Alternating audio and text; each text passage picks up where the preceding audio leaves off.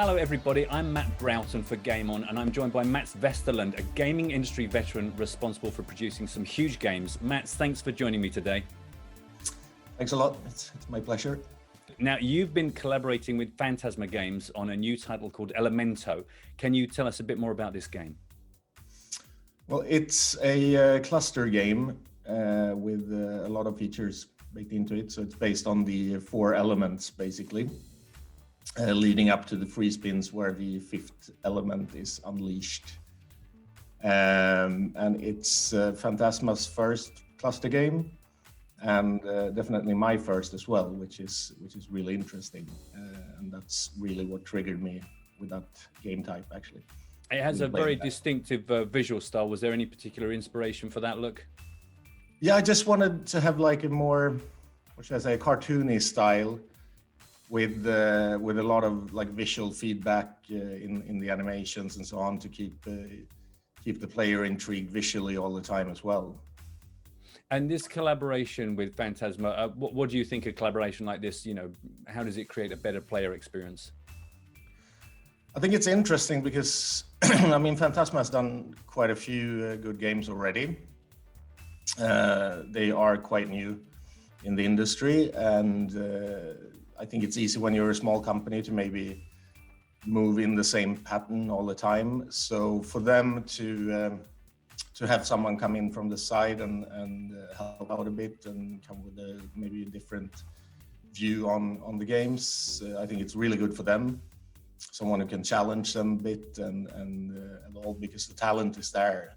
So I think it's just good to get someone from the outside to give them a hand. And for myself, I think it's really interesting. I mean, I had basically 2 jobs in the industry.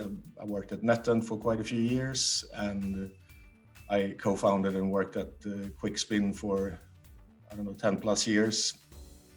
And for me to work with a new company with a new mindset is also really interesting, because it keeps me on my toes as well.